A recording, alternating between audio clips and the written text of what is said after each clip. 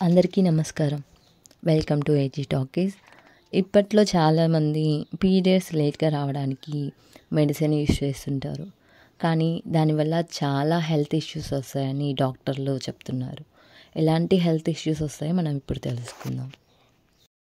Periods postpone చేయడం వల్ల tablets వేసుకున్న ప్రతిసారి రక్తంలో హార్మోన్ చక్రం పెరుగుతుంది. మాత్రలు ఆపేసినప్పుడు హార్మోన్ స్థాయిలు క్రమంగా తగ్గిపోతాయి.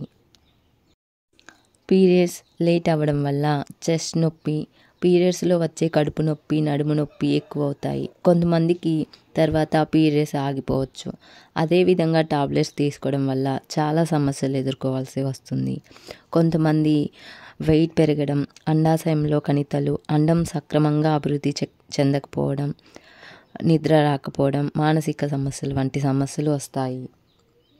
మరి ఏం చేయాలి అని అంటే పీరియడ్స్ టాబ్లెట్స్‌కి బదులుగా న్యాచురల్‌గానే పీరియడ్స్ లేట్ అవ్వడానికి కొన్ని పద్ధతులు ఉన్నాయి. వాటిని మనం ఎక్కువగా పాటించకుండా కొంచెం వాటిని ఫాలో అవుతే సరిపోతుంది.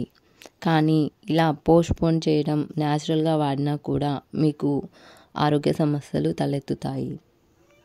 పీరియడ్స్ పోస్ట్‌పోన్ చేయడం వల్ల చాలా పెద్ద సమస్యలే వస్తాయి. ఇది ఇలా కొనసాగితే ఇన్ఫెర్టిలిటీ సమస్యలు వస్తాయి.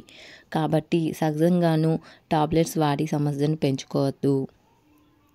మీరు ఎక్కువగా టాయిలెట్స్ ఆపడం వల్ల, మల విసర్జన చేయకపోవడం వల్ల, తుమ్ముని ఆపుకోవడం వల్ల ఎలాంటి సమస్యలైతే వస్తాయో పీరియడ్స్‌ని కూడా పోస్ట్‌పోన్ చేయడం వల్ల అలాంటి సమస్యలే వస్తాయి.